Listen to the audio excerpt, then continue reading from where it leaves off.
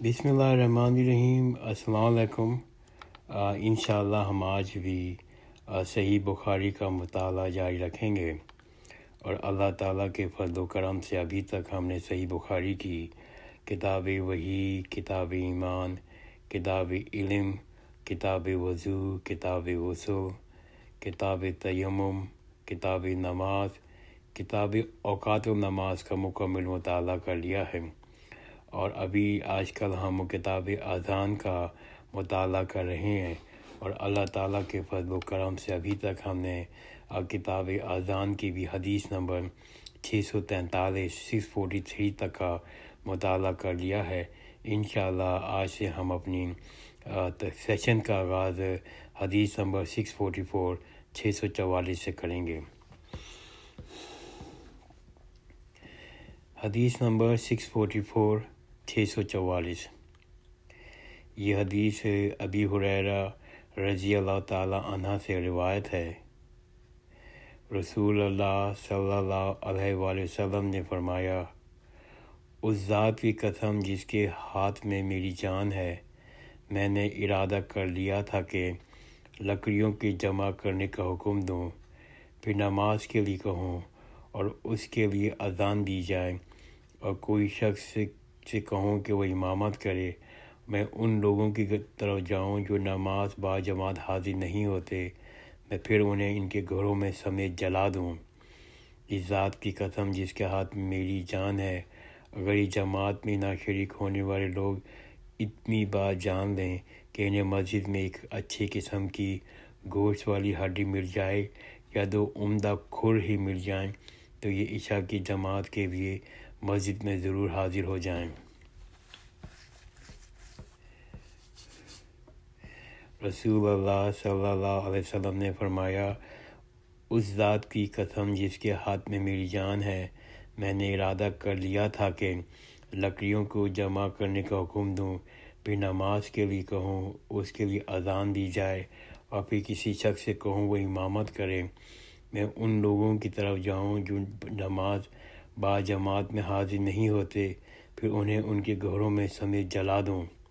اس ذات کی قسم جس کے ہاتھ میں میری جان ہے، اگر یہ جماعت میں نہ شریک ہونے والے لوگ اتنی بات جان لیں، انہیں مسجد میں اچھی قسم کا گوشت والی ہڈی مل جائے گی یا دو عمدے کھر ہی مل جائیں گے، تو ہم عشاء کی جماعت کے لیے مسجد میں ضرور حاضر ہو جائیں۔ حدیث نمبر 645 645۔ رسول اللہ صلی اللہ علیہ وسلم نے فرمایا، جماعت کے ساتھ نماز اکیلے نماز پڑھنے سے 27 درجہ زیادہ فضیلت رکھتی ہے۔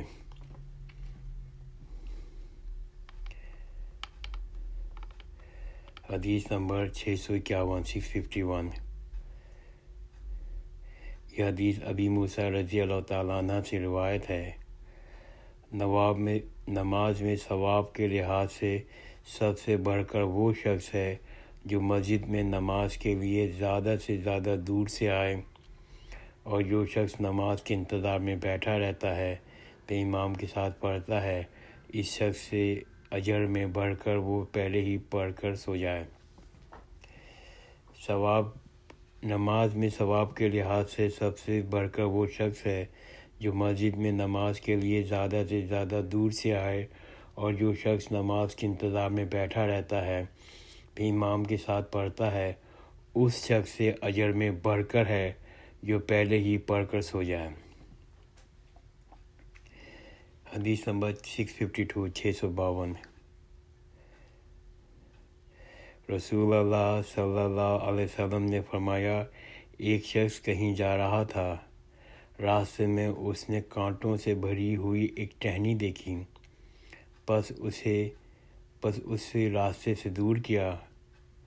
اللہ تعالیٰ صرف اتنی سی بات پہ راضی ہو گیا اور اس کو بخشش کر دی۔ رسول اللہ صلی اللہ علیہ وسلم نے فرمایا، ایک شخص کہیں جا رہا تھا، راستے میں اس نے کانٹوں سے بھری ہوئی ایک ٹہنی دیکھی، پس اسے راستے سے دور کر دیا۔ اللہ تعالیٰ صرف اتنی سی بات پر راضی ہو گیا اور اس کی بخشش کر دی۔ 653 شہداء 5 قسم کے ہوتے ہیں: طاعون میں مرنے والے، پیٹ کے عارضہ ہیضہ وغیرہ میں مرنے والے، ڈوب کے مرنے والے، دیوار وغیرہ کسی چیز سے دب کے مر جائے، اللہ کے راستے میں شہید ہونے والے۔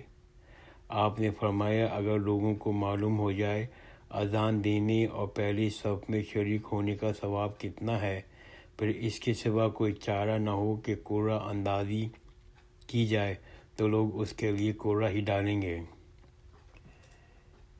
شہید 5 قسم کے ہوتے ہیں: طاعون میں مرنے والے، پیٹ کے عارضے ہیضہ وغیرہ میں مرنے والے، ڈوب کے مرنے والے، جو دیوار وغیرہ کسی چیز میں دب کے مر جائے، اللہ کے راستے میں شہید ہونے والے۔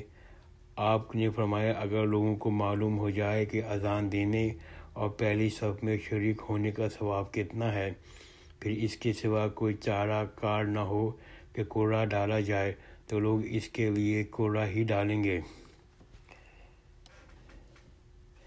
حدیث نمبر 654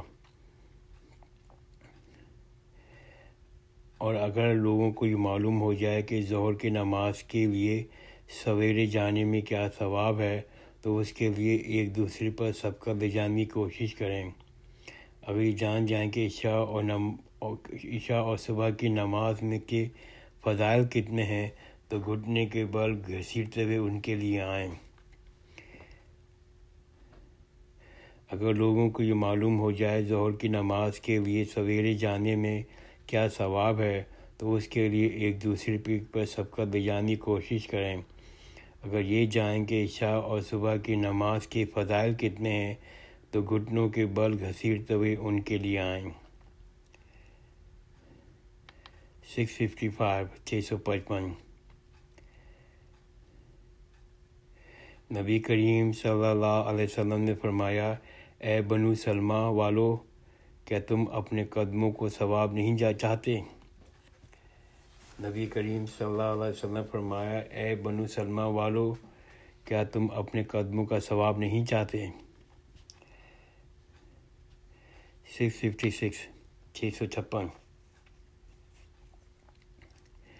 مجھے یحییٰ بن ایوب نے خبر دی، کہا مجھ سے حمید طویل نے بیان کیا، کہا مجھ سے انس بن مالک رضی اللہ عنہ نے بیان کیا، بنو سلمہ والوں نے یہ ارادہ کیا کہ اپنے گھر جو مسجد سے دور تھے چھوڑ دیں اور نبی کریم صلی اللہ علیہ وآلہ وسلم کے قریب آ رہیں تاکہ باجماعت کے لیے مسجد نبوی میں ثواب حاصل ہو۔ لیکن نبی کریم صلی اللہ علیہ وسلم کو مدینے کا اجار دینا برا معلوم ہوا۔ آپ نے فرمایا تم لوگ اپنے قدموں کا ثواب نہیں چاہتے؟ مجاہد نے کہا سورہ یاسین میں وَآثَارُهُمْ سے مراد قدم ہے، یعنی زمین پر چلنے سے پاؤں کے نشانات۔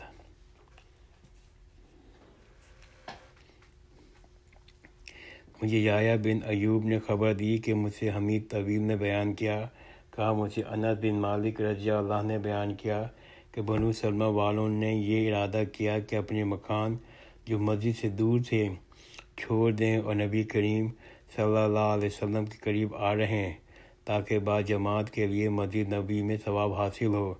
لیکن نبی کریم صلی اللہ علیہ وسلم کو مدینے کا اجار دینا برا معلوم ہوا۔ آپ نے فرمایا تم لوگ اپنے قدموں کا ثواب نہیں چاہتے؟ مجاہد نے کہا سورہ یاسین میں آثارہم سے مراد قدم ہے، یعنی زمین پر چلنے سے پاؤں کے نشانات۔ حدیث 657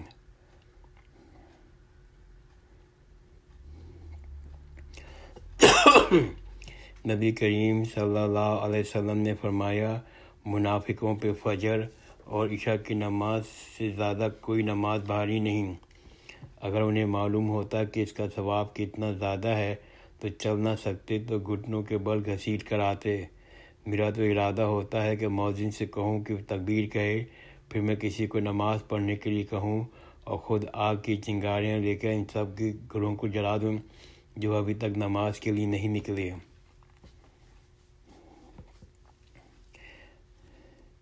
حدیث نمبر 660۔ آپ صلی اللہ علیہ وسلم نے فرمایا 7 طرح کے آدمی ہوں گے۔ آپ صلی اللہ علیہ وسلم نے فرمایا 7 طرح کے آدمی ہوں گے جن کو اللہ اس دن اپنے سائے میں جگہ دے گا جس دن اس کے سائے کے سوا کوئی سایہ نہ ہوگا۔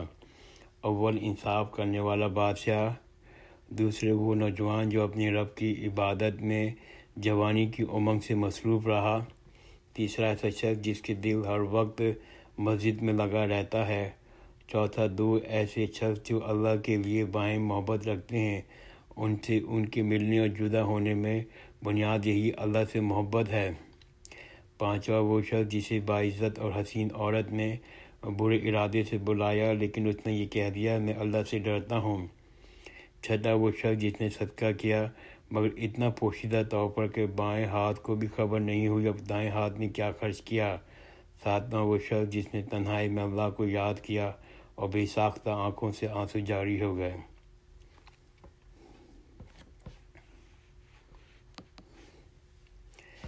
آپ صلی اللہ علیہ وسلم نے فرمایا 7 طرح کے آدمی ہوں گے جن کو اللہ اس دن اپنے سائے میں جگہ دے گا جس دن اس کے سائے کے سوا کوئی سایہ نہیں ہوگا۔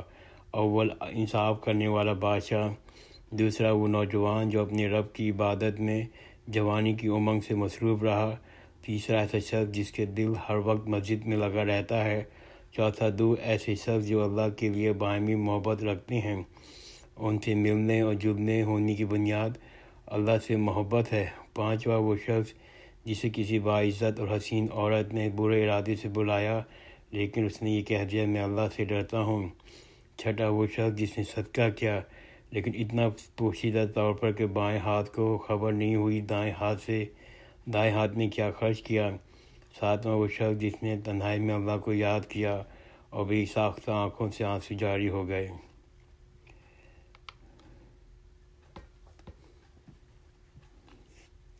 حدیث نمبر 661 کہ رسول اللہ صلی اللہ علیہ وسلم نے کوئی انگوٹھی پہنی ہے؟ کیا رسول اللہ صلی اللہ علیہ وسلم نے کوئی انگوٹھی پہنی ہے؟ آپ نے فرمایا کہ ہاں، ایک رات عشاء کی نماز میں آپ صلی اللہ علیہ وسلم نے آدھی رات تک دیر کی، نماز کے بعد ہماری طرف متوجہ ہوئے اور لوگ نماز پڑھ کر سو چکے تھے، تم لوگ اس وقت تک نماز ہی کی حالت میں ہو جب تک تم نماز کا انتظار کرتے ہو۔ حضرت انس رضی اللہ عنہ نے فرمایا جیسے اس وقت میں رسول اللہ صلی اللہ علیہ وسلم کی انگوٹھی کی چمک دیکھ رہا تھا، یعنی آپ صلی اللہ علیہ وسلم کی انگوٹھی کی چمک کا سما میری آنکھوں میں ہے۔ الحمدللہ ہم نے آج تک 661 نمبر حدیث تک کا مطالعہ کر لیا ہے۔ انشاءاللہ آئندہ کی نشست میں ہم حدیث نمبر 662 سے اپنا مطالعہ جاری رکھیں گے۔ جزاک اللہ خیرن، خدا حافظ۔